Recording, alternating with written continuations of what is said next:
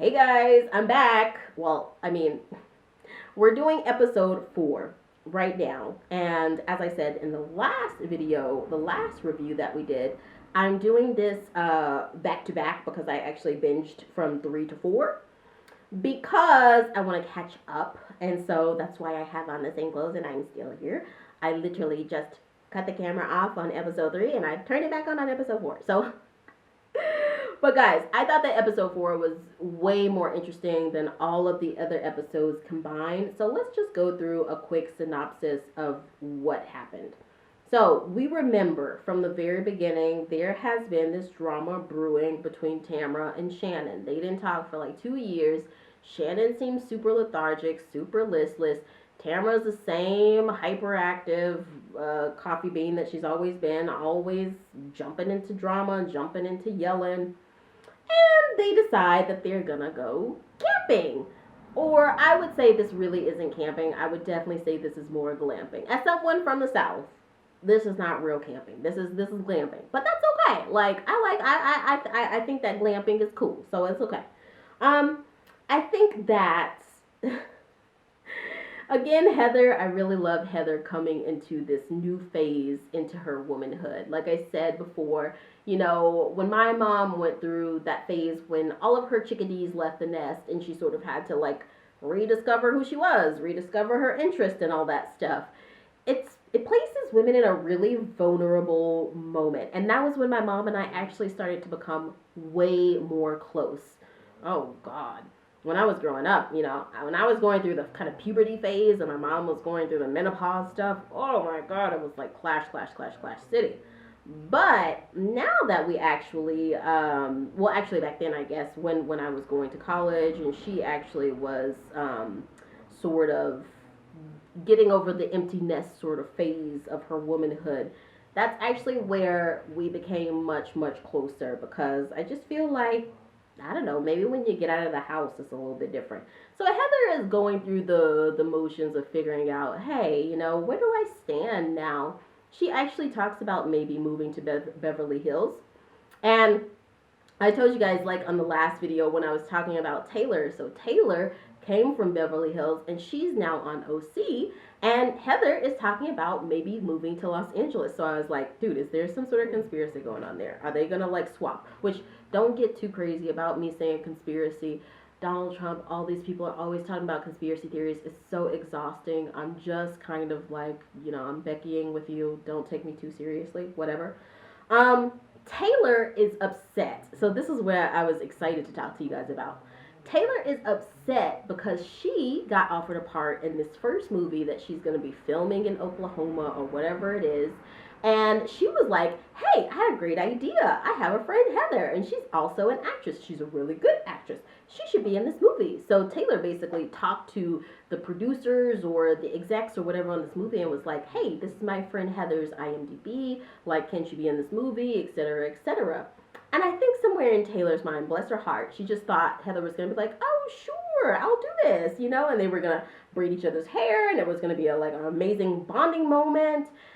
People just don't seem to really be emotionally intelligent enough to read in between the lines, see the things that aren't directly put out there.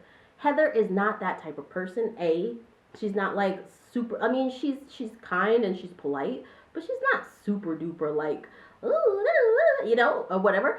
And she's also a professional actress, like I said in the last video. She's going to want her agents to talk to the crew, to talk to the producers, to talk to the execs. She's going to want to discuss her salary. She's going to want to, like, get all of these legal things into place. And I don't think Taylor really considered that. I think Taylor's heart was in the right place. I think Taylor is a sweetheart, but I don't think that she really, yeah. So now I understand Jen's intro line at the beginning of the show when they have like all of the women basically talking about, you know, dun, dun, dun, dun, dun, dun, dun, whatever it is. No, that's Atlanta. You know, the intro music when everybody says their little tagline for the season. Jen talks about, I may have a strong abs or something like that. I can't remember. Now we know that she's talking about this bull riding that they do, which, you know, I can't, she could have came up with something stronger than that. She's got a strong personality. I'm like, dang, girl, come on. And so they're here.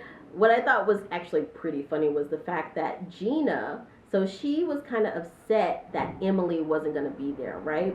Emily was sick. Emily was sick and she had COVID and she was like, I'm really sorry to say it, but I'm not coming. And so this right here pointed to me like, oh, okay, I see why Gina's here. Gina's here to balance out Emily. I really think that. Like, you guys let me know in the comments what you think, but I think she's kind of there to balance out Emily. Why do they got Tamra driving a vehicle again? Please tell me. Like, after that ATV incident, please don't have Tamra driving. Like, that triggered me like nobody's business. But anyway, everything is so manicured now and so contrived. Bravo is really guiding this baby. So that, of course, you know, it's like putting a bunch of children in a playpen. Except they're not children, they're grown women, and they don't have toys, they have martinis. You know, so it's like, it should be okay. Bravo is guiding everything. So, you know, on this glamping trip, we don't really get much to Shannon and Tamra yet, right? We don't get to them much yet, and I have a feeling with episode 5, we're going to come back to it, and we're going to get to that more. What we do get to is where Taylor actually does confront Heather, and partly she confronts Heather alone. The other part, she confronts her in front of the group, and it just wasn't a good idea. It just wasn't a good idea. It's like, yeah, I don't think Taylor read that very well. Heather is educated, okay? She obviously came from like upper middle class background.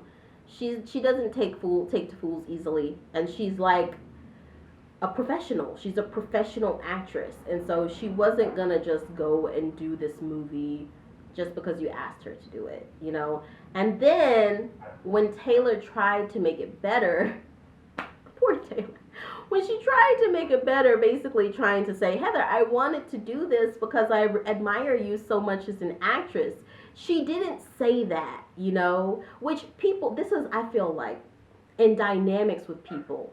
Just, because I study a little bit of psychology since I work in advertising. But people sometimes try to tiptoe around their words so much that they end up having the opposite effect than what they need to. So, and that's the human experience, is like, we literally have to find this balance between saying what it is that we want to say and tiptoeing around what it is that we want to say. If Taylor would have just said, I'm sorry, Heather, I really didn't think about this in that way. I just admire you so much as an actress. I was really excited about the prospect of you coming to Oklahoma to film this with me. If she would have said that, anyway, you guys get, like, this is pretty funny, right? But anyway, we'll have to come back and see what happens with episode 5, because I think it's going to get much, much juicier. I'm so excited for what the rest of the season holds. We're on episode 7 or 8 with Real Housewives of Atlanta. And then we'll go to episode 5 with Real Housewives of Orange County. So we'll definitely be coming back to review more episodes. Guys, tell me what you think in the comments, because I just live for this. And I also saw that there's a hint that Vicki Gunvalson might make an appearance at some point.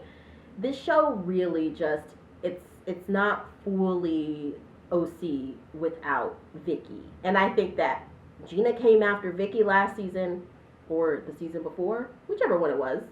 And now Vicki's gone. And now we're just sitting here like wondering, why is Gina here again? But I want to know what do you think about Gina? Do you guys think that, like, you know, I just feel like the dynamic is a little off there. What do you guys think? What do you guys think about this Taylor versus Heather thing? What do you think about the Shannon versus Tamra thing? What do you think about the Jen versus Tamra thing? Like, how do you feel like it's all going to play out? I would love to know what you guys think in the comments. Let me know. If you're new to this channel, go ahead, hit the like and subscribe button. Hit that bell so you know whenever I post video, and I'll see you next time.